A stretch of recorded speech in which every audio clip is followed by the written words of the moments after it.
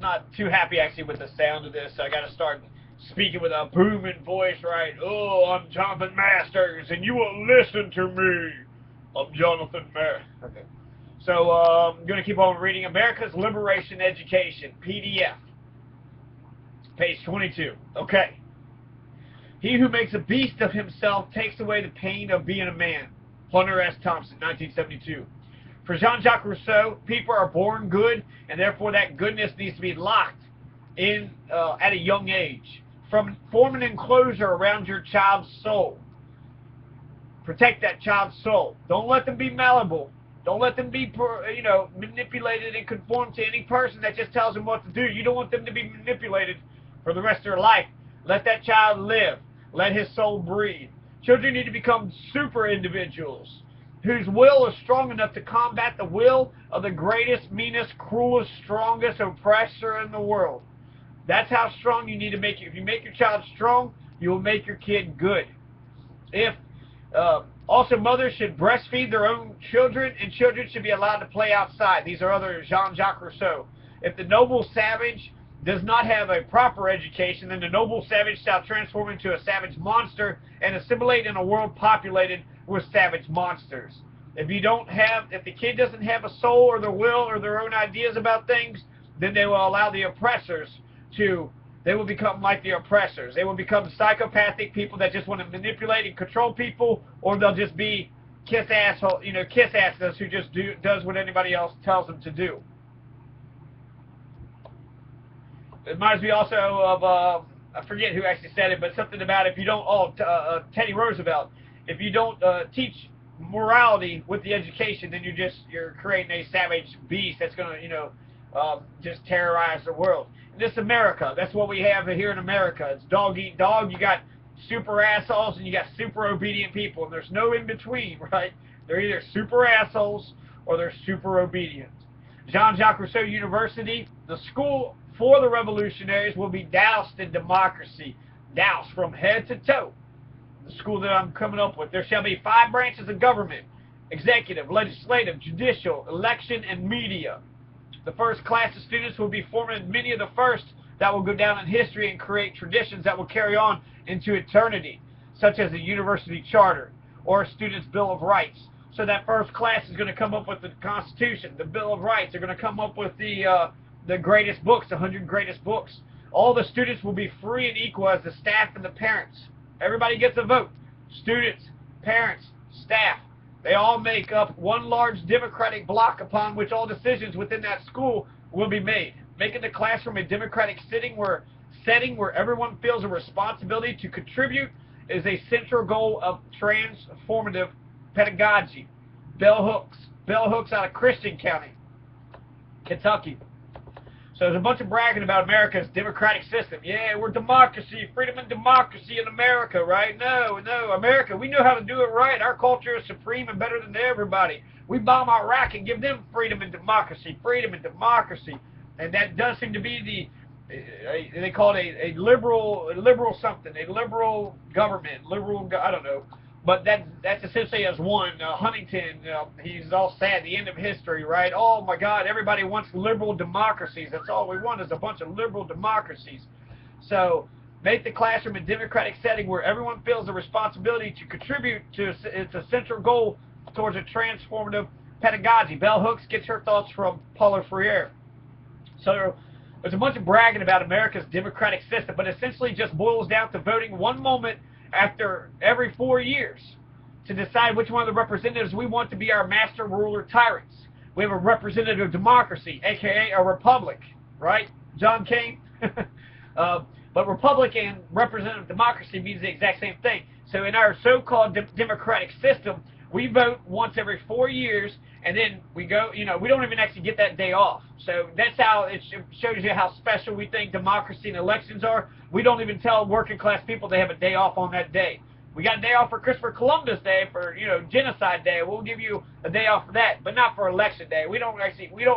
It's all just talk, okay? Basically, we just use those words to say that's why we're better than everybody, but in terms of actually employing democracy, we have elections, but in actually having a democratic sort of mindset and, sort of process, we don't have that.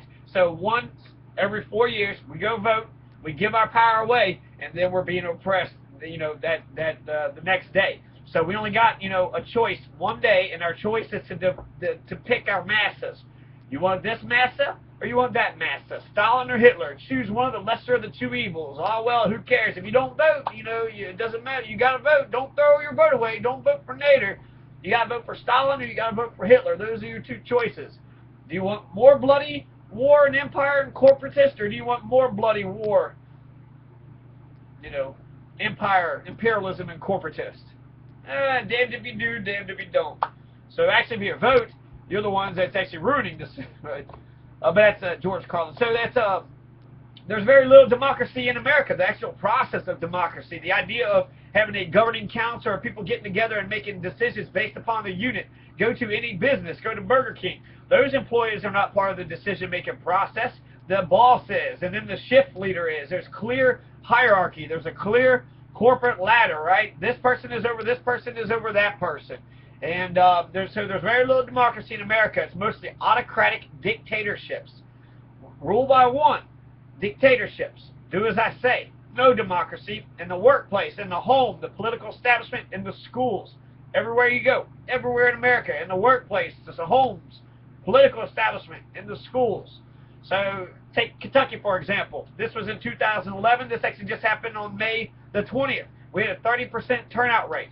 30% of Kentuckians turned out to go vote. 30%. So actually, that's not the majority. Democracy is demos, ruled by the people, right? Demos is the people. And in 2011, the Kentuckians voted in the general election. That was a primary just 6 days ago. That was a primary election, so it's less significant. It's just that the parties choosing who they want their candidates to be for the general election. But 2011, in that general election, 28%. So it was actually less. The less people voted in Kentucky's general election than what they did 6 days ago in the primary election. And so that leaves a whopping 72% of Kentuckians who do not see a reason to participate in their own democracy. In fact, the will of the Kentucky people seems to be, I'm not voting. Hell no, we won't go. You won't make me go vote. No, I won't. So, we only have a flash of democracy. We only got instantaneous, a lightning bolt of democracy, right? Ready, here comes democracy. Okay, democracy's over. And did you vote? Oh, so you didn't even participate in that second of democracy that you get. Democracy in America? Where's democracy? There's no democracy in America. Not democracy in our school system, not democracy in the workplace, not democracy in the homes. You want to know why 80 to 90% of the parents are beating their kids? Because the state uses violence to get subservience. Because the workplace uses, do as I tell you. The school system is doing the exact same thing. Only autocratic dictatorships. There is no democracy in America. Democracy is dead. It has been dead for a long time. In fact, I would even go, unions are about 9%. The lack of solidarity in America is directly attributable to the lack of solidarity that is fostered in the autocratic, totalitarian, dictatorial American education system. Why don't we have unions? Why when you go to a Burger King, whenever somebody says, hey, I want more wages, they look at you like you're crazy.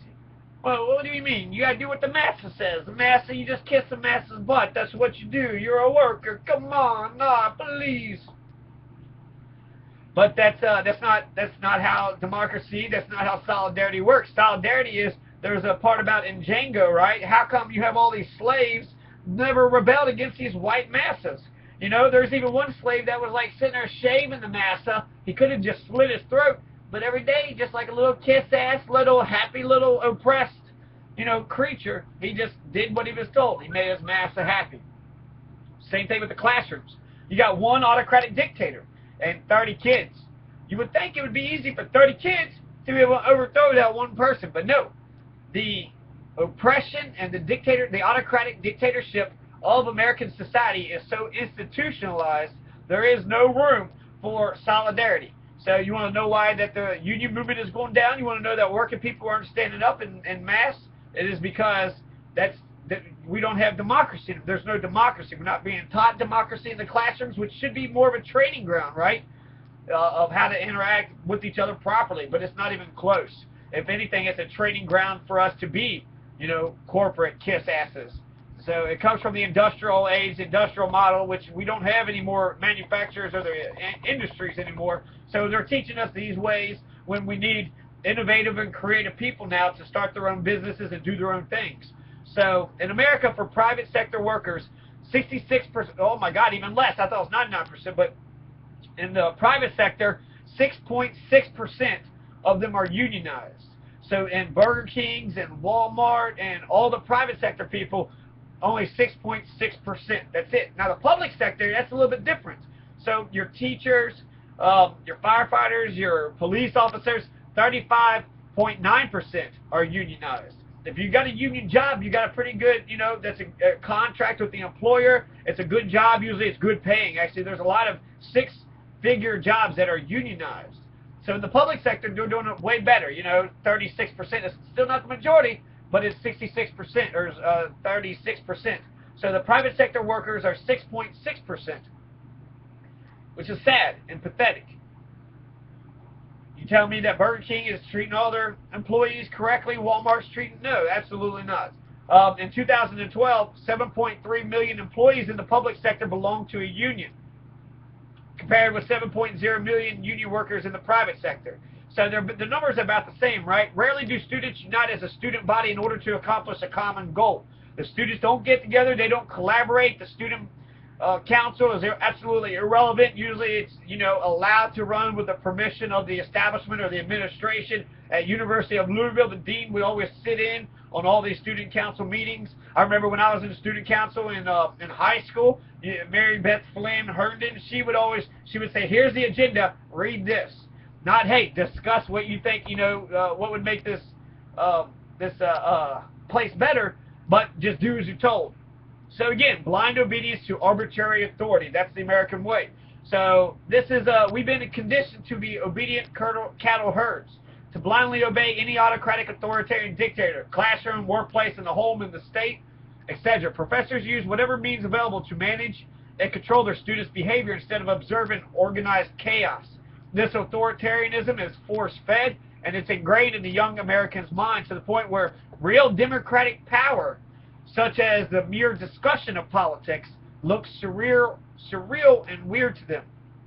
I remember saying I questioned education in Karen Dunnigan's class, and just questioning authority or education was enough for them to, oh my God, he's questioning. Yeah, that's a human attribute. Tulio in the Farm and Wilderness, too, up in Vermont. Exact same thing. So, some thoughts regarding democratic education. Here's some experts of Amy Goodman's Democracy and Democracy Education. Politics is a means by which educational authority establishes and asserts itself in all but the simplest human societies. Goodman, opposed to the American system of democracy, understands that democracy is a process as well as the outcome. It's the means and the ends. The most defensible conception of democratic education is democratic in its ends and means. The end of democratic education is to create democratic citizens, people who are willing and able to govern their own lives and share in governing their society. So American children need to understand how to govern their own lives and share in governing their society. Goodman warns us to be wary of tyranny, just as Ben Franklin did when he said, resistance to tyranny is obedience to God. So when you say, no, tyrant, I'm not going to do what you tell me to do, you're actually being obedient to God. That's Ben Franklin, one of the founding fathers. And how was he educated?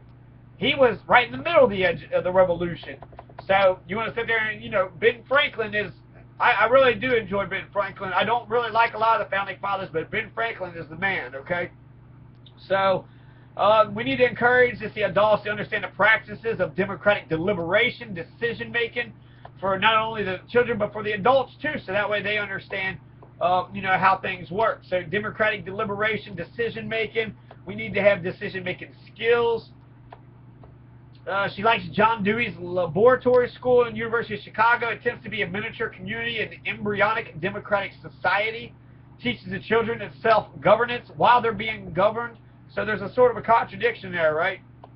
At John Dewey's Laboratory School, the most important curricular and hiring decisions are not decided by the students, but the students are allowed to practice their political skills and assume significant responsibilities. So it's not a pure democracy.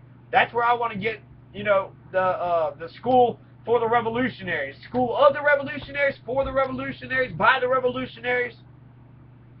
school for the revolutionaries. For the revolutionaries. Of the revolutionaries. By the revolutionaries. All the above. The revolutionary school. The school of revolution. The school of revolution. The revolution school. I don't know. I'm going to have to work on that thing. Antioch College, it says, be ashamed to have to die until you have won some victory for humanity. It's by Horace Mann, father of American education.